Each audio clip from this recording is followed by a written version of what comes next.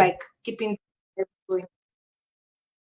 I don't know if that made sense. So Yeah. now putting that intentionality towards like making sure that even when you are not there physically, you have structures in place that will be able to outlive you is Mhm. not as easy as it sounds. But I'm Exactly. grateful for this mentorship session putting me in that opportunity to actually do that for my business. So thank you guys so much.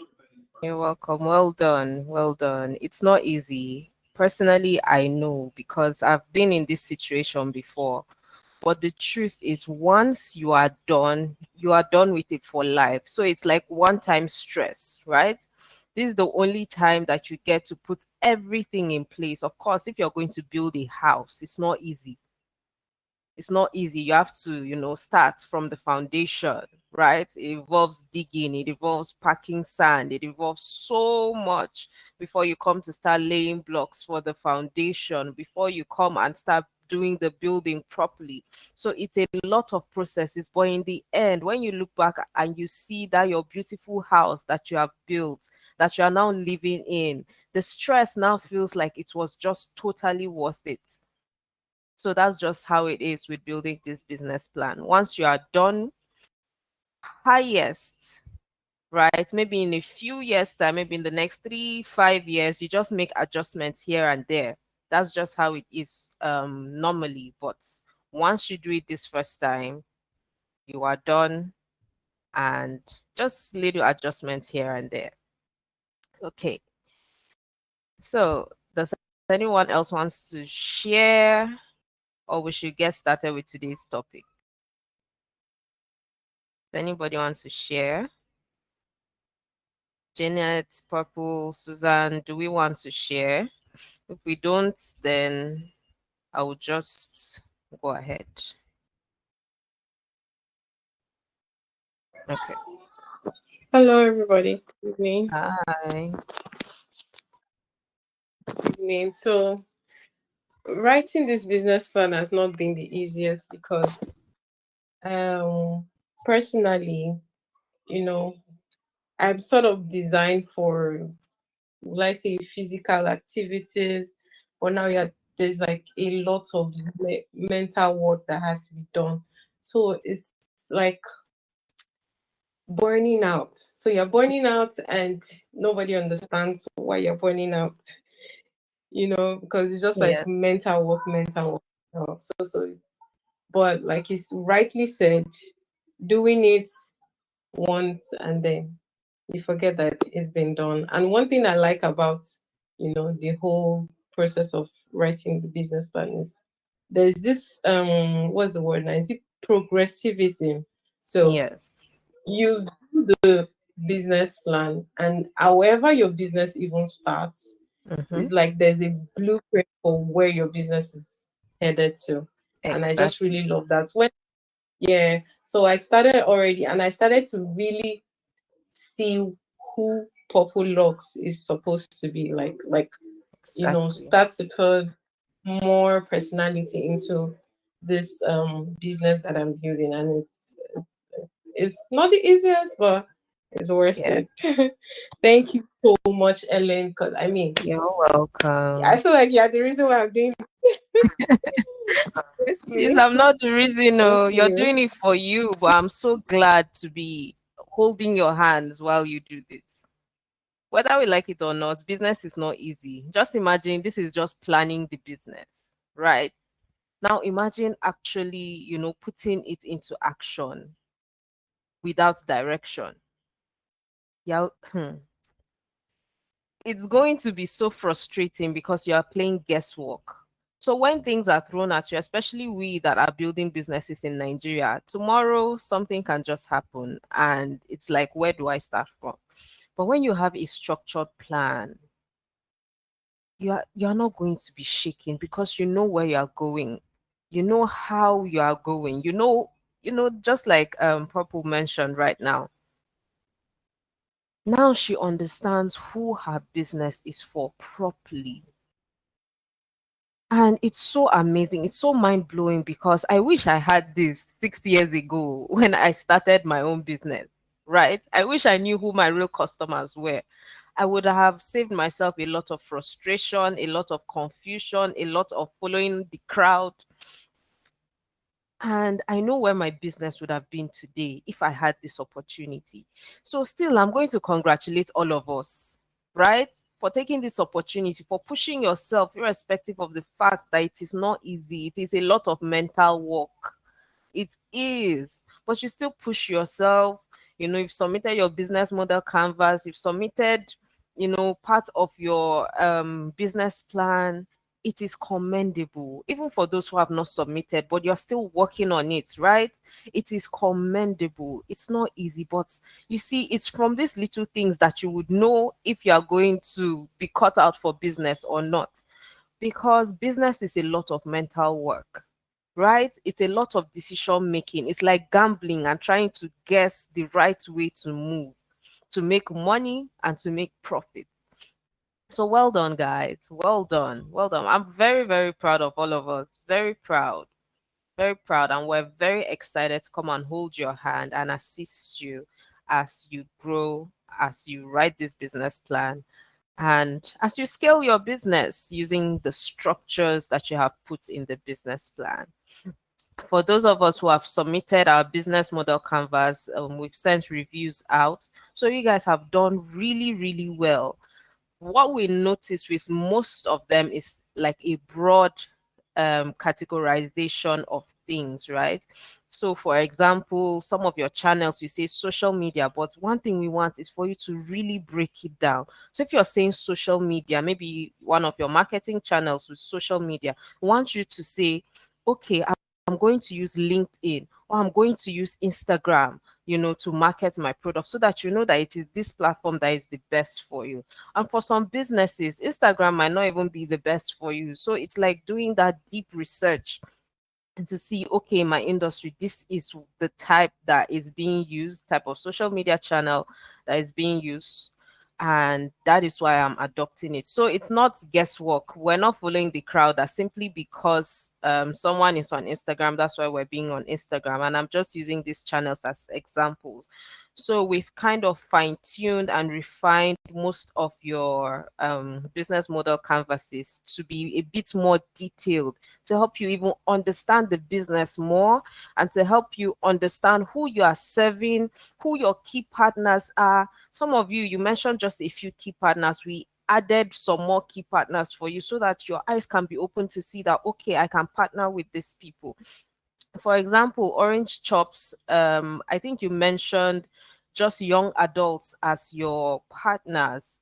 And we saw that there was another market that you were, leaving out, such as the catering industry. And we fine-tuned that so that you can see it and push yourself to go and partner with these people Yeah. so you can make more money. You understand?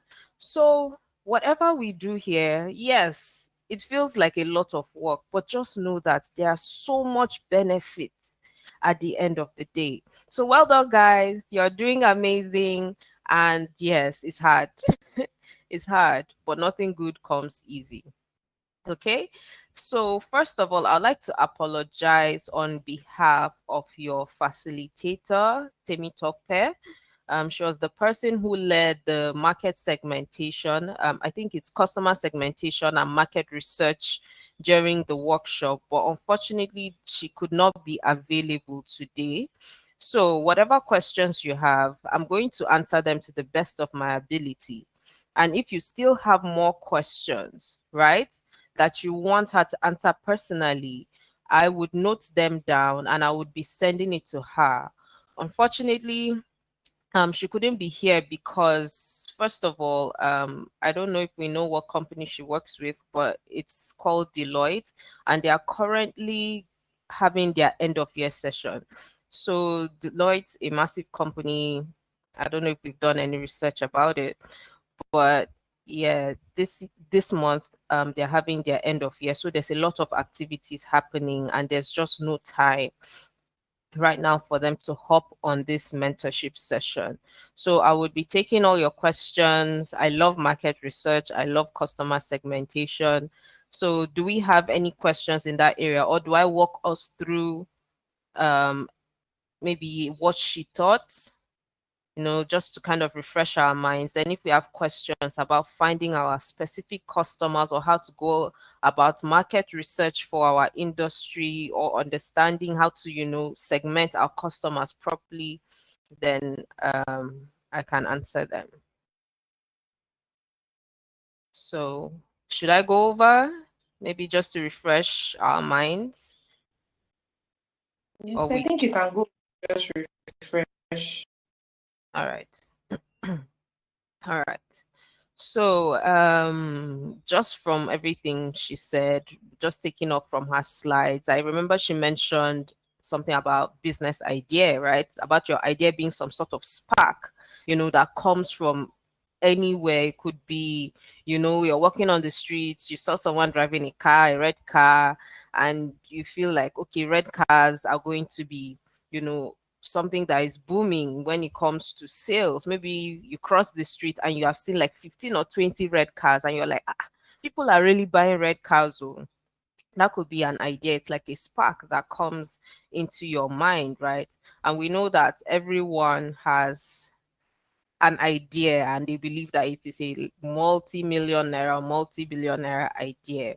But it depends on what actually makes it fundable, or it depends on what would actually say, okay, this idea, I can turn it into a business that is profitable. And I guess this is where idea validation comes in. So idea validation is, as the name implies, showing that yes, this your business is needed, or this your idea is needed, or this your idea can truly solve a problem, right? So you can ask yourself some questions like, is this idea or this solution that I have, is it really man? Is it something that people are actually looking for?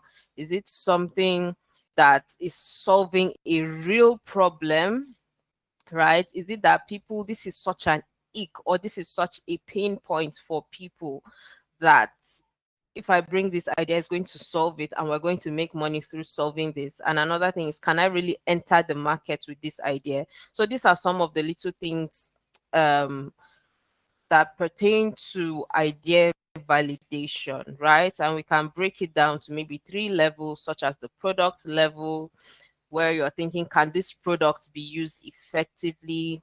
Be the business model level, where is there a path to make money using this product, or is there a gap in the market for this product, for this opportunity? So that's basically validating your idea, finding out if this idea is actually something you can sell, if something that the market really needs, or it's something that people are willing to pay for. And I know she mentioned things like, oh, doing a bit of research. It could be asking your friends, right? If this is something needed, it could be going to different platforms. Let me see some of the platforms. I think National Bureau of Statistics, to really study research and all of that. I remember, I think, how many of us here use Piggyvest? They released a report last year that showed how people spent their money, where it showed a large percent of Nigerians who saved on their platform majorly spent their money on food. And these are some of the important statistics that you should be looking at, right? So if you are starting a business tomorrow and you want to be a $1 billion business, or a $1 million business, right? Or a $1 billion business in Nigeria, I think one area you should be looking at is food, because right now Nigerians spend over 50% of their income on food. Personally, I love to read research. I love data. I love statistics. And as you grow in business, you're going to start learning, how to enjoy some of these things that may seem boring, right? Such as calculations, counting your money, finding new markets that you can get your products to grow, because in the end, it's like making more money. So by the time I went through this research, we saw over 50% of Nigerians are spending their money on food. Now, that is a form of market research. For you, it may not be necessarily um, reading research or all of that. It could be asking questions, right? It's all about gathering real data about your customers, gathering data about your competitors or trends that are happening. If we use social media today, I feel like trends are a very popular thing now. So how many people have noticed that of recent it is that Ankara trouser that is raining? Those of us in fashion, have we noticed? I don't know what they call the trouser, but it's like this Adire trouser that is raining recently. These are some trends that off the top of our minds we can notice and put into use in, right? So you can do different types of research. You can talk to people directly. You can conduct surveys. You can do interviews. Secondary research is such as reading reports, reading articles or statistics from National Bureau of Statistics or whatever platform it is that puts out research out there. And right now, doing research is actually a bit easier, especially when we have the almighty ChatGPT. Go to ChatGPT and ask it about different things in your industry. What are the pain points people in your specific industry are experiencing? Right? It's going to bring it out and ask it to share references with you so that it's not that ChatGPT is just doing guesswork, but you go to those articles and read up and see what is going on. It could be asking your friends. If you have the strength, go ahead and do a survey, right? Just do a Google form and share. I want to believe that most of us here are graduates and we have done our projects, what they call this thing, like a project defense or doing our final year project. It's the same way that you were able to carry out that research. And for those of us who haven't, I'm sure you have heard about a final year project defense or project, final year project. It is the same manner, the same way. Open a Google form, send it to people who you believe are going to be in your who are going to be interested in your industry. If you're in fashion, send it to your friends in fashion. They should fill it anonymously so that you can gather data so you can make informed decisions about this business, especially if the business is just an idea, right? So what else? What else? What else? We've spoken about trends. You should check out what's missing that others aren't doing, right? So if everybody their own Ankara pants is orange and you do a bit of research and realize people actually like blue, maybe 1 in 10 people love to wear a blue shirt, maybe you can now incorporate blue Ankara pants. That way you stand out and you appeal to the market, right? So that's basically what it is when it comes to idea validation and market research. Another thing is checking your competitors. Oh my goodness. I follow all my competitors. Everybody who is in an industry that is doing close to anything I am doing. We may vary one way or the other, but if you're into supporting entrepreneurs, and it's not just to know what they are doing or to spy and see if what they are doing is good or bad, it's also a learning phase for me. I remember last year I was at a conference with I think it is Faith Foundation, right? And it helped me to properly understand my business by being in that conference, a conference where my competitor or my competition was at, because she gave statistics of some underserved communities, right? When it comes to business support services, and that simple information helped me to be able to form blackness or to push blackness in a way that I now understand the needs of my customers or the needs of the entrepreneurs that need us, right? So these are some of the benefits. I follow those people that my competitors follow because these are the people that they're doing partnerships with. These are the people that so many opportunities can. Sorry, I'm getting a bit distracted. Okay. These are the people that can show me more opportunities. There are platforms that I had never heard of. It's when I started following my competitors that I heard of them. Chris Dave, please can you mute yourself? You're distracting the meeting.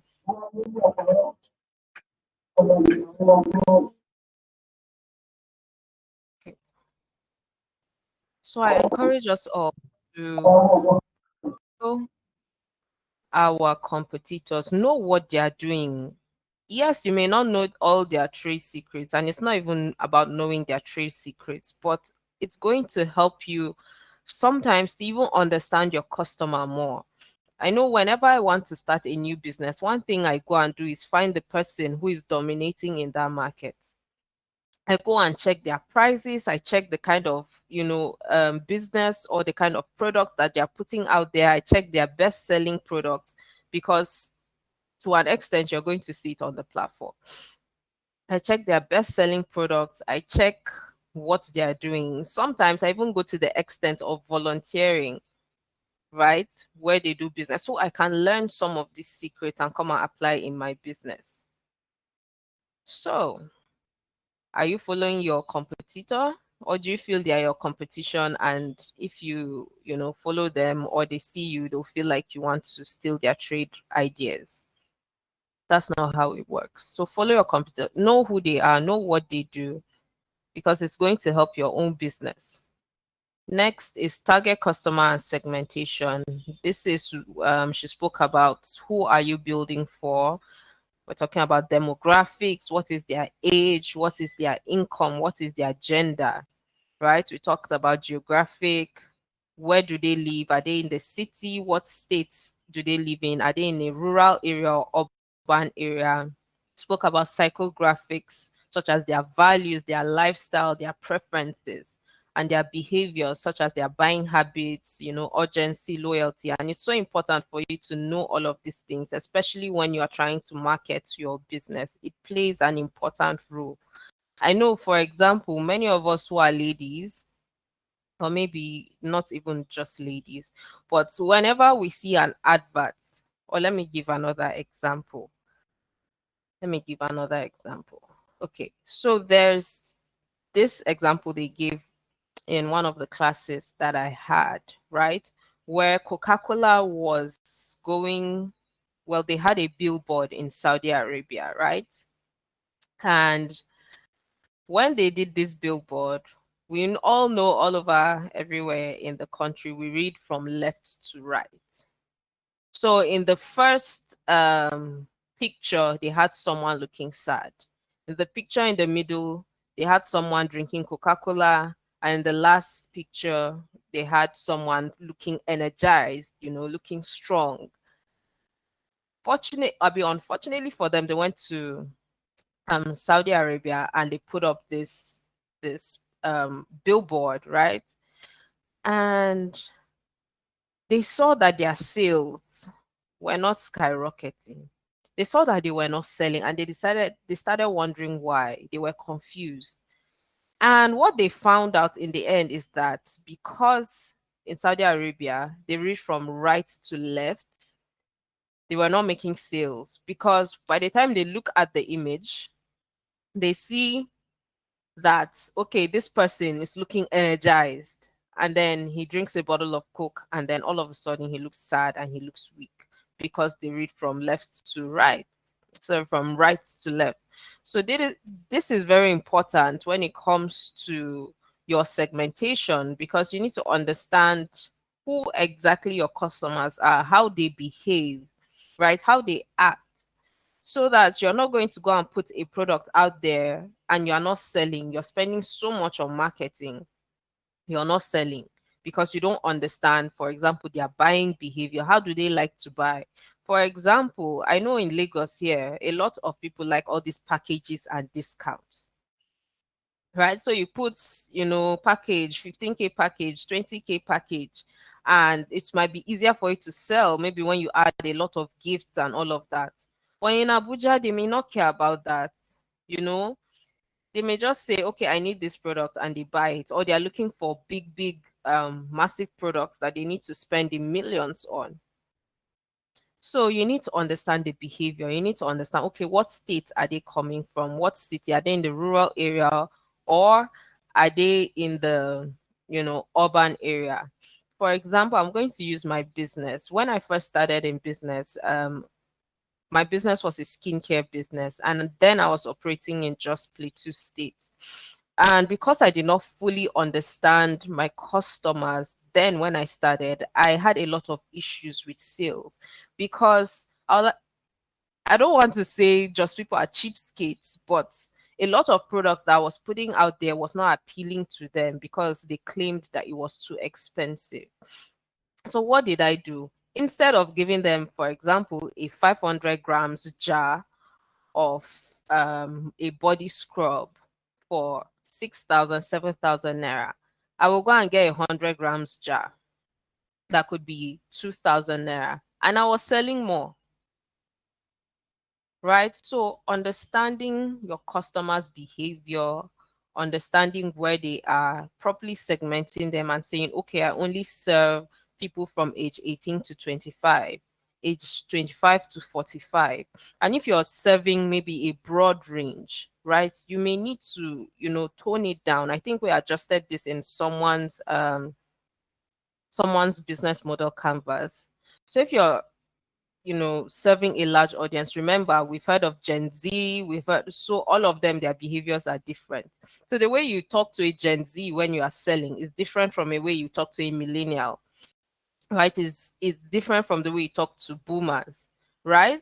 So if you're serving someone maybe from age 50 to maybe 70, the way you communicate with them is different. So these are just a few things when it comes to like your segmentation, identifying your customers, and all of that. The way you speak to someone who is wealthy, where you even advertise for someone who is wealthy is different. How many of us here have ever seen an advert of a Rolls Royce that they will come and put it on TV, or you hear on the radio that someone is selling a Rolls Royce, right? A lot of us, because we are not in the, would I say, cash brackets of the people who may be needing a Rolls Royce right now. We're not hearing about these things. You're not seeing it on TV and all of that, but they know how their own customers are going to, be more engaged when it comes to selling such cars. And they go to those platforms. And that's how they market. They are not wasting their time on TV or radio. So this just to encourage us when it comes to maybe our marketing. When we fully understand or segment our customers, then we would be able to sell properly. And then your value proposition, a great business will clearly communicate what it offers and who it is for. Why should your customer choose you, and why is your product the best version for that problem? So I think I have covered most of it. And I think on that note, I've covered most of everything that she broke down. Do we have any questions before we go? Or if you want us to properly help you or assist you in doing your own customer segmentation, I think this is the time for you to open up, share wherever spots you have a problem with, and then we'll take it up from there. Anybody?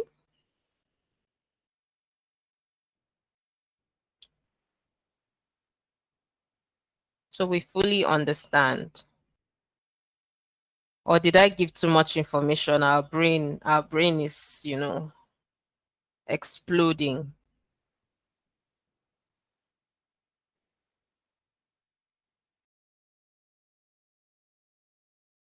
We here. Janet, Chris David. Yes, good evening. Mm, Actually, it's just it's a new strategy for me. okay. Yes, so actually completed mine using, which it hasn't been of a problem to me, because I saw the message on the next line of action, what will be going on. Yes. customer segmentation and Yes. the target market and so on. So actually, I went through it and I finished up immediately, but where I went over to, because I was really in a busy day today, so I went over to print out that I Okay. forgot my.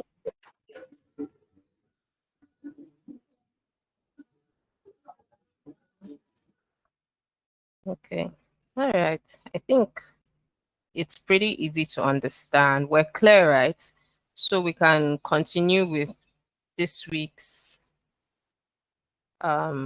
sections of the business plan, which is the, I think, market research, your market industry, and all of that. Let me just check so that I can say it properly.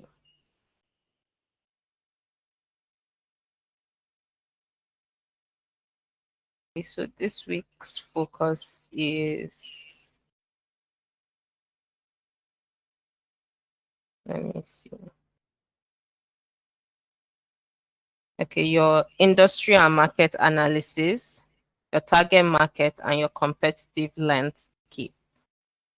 So we're clear, right? We know how to go about it. It's easy. Maybe I should share the template so that if we have any questions concerning the template itself, then it can be answered.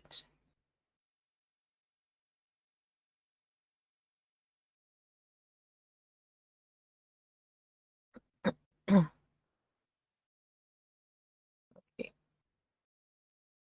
Let me see. Can we all see the template on the screen? I've had a bit of issues sharing my screen today.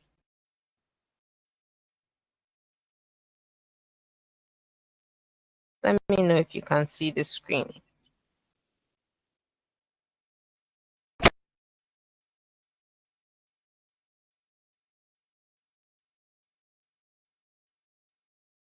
Okay, I think we can see it now.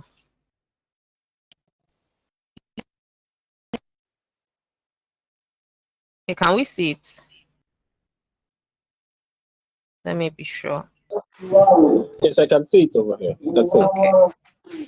Okay. So this week we're looking at your industry and market analysis. So you're going to state what industry or the sector that you are.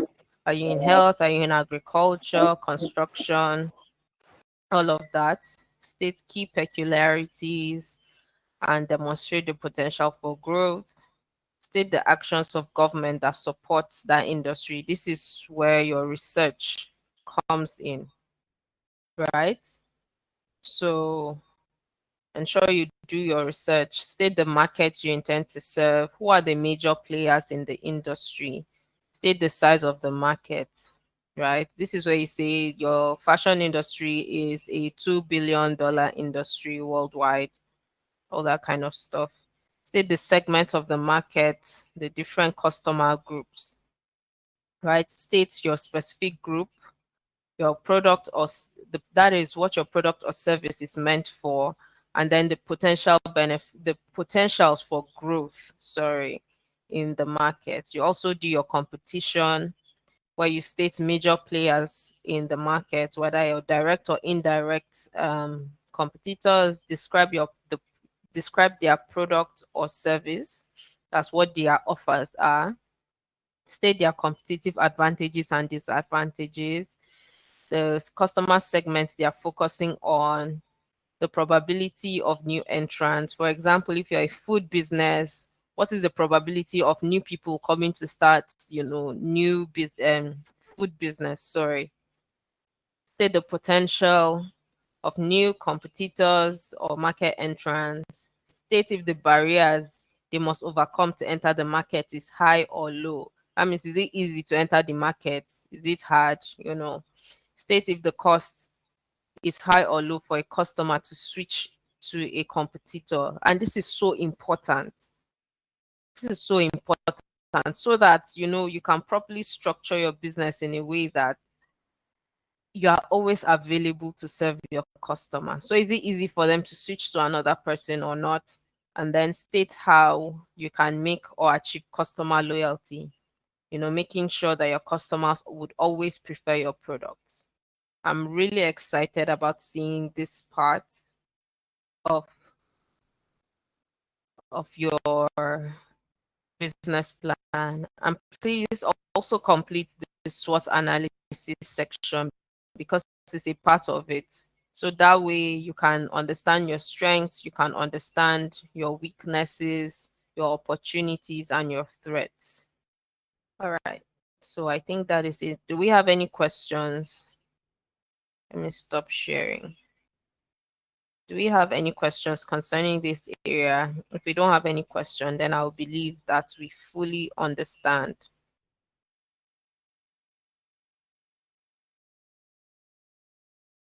No questions. So yeah, No question. I wanted to all confirm right. if a fix, can we send it on the group? Sorry, I cannot hear you. I think someone's okay. Please go Any ahead. question group chat? Can you send? Yes, you can send more questions on the group chat. If you don't have any questions now, feel free to drop them on the group chat, please. Maybe as you start filling, the individual sections, and maybe you have a question, you come across a challenge, or you need maybe a tip that is going to assist you, please feel free, put it on the Telegram group. That is what the group is for. Okay, so I'll be sending attendance now. So you might see something pop up on your screen. Please don't cancel it. Just click on present or absent.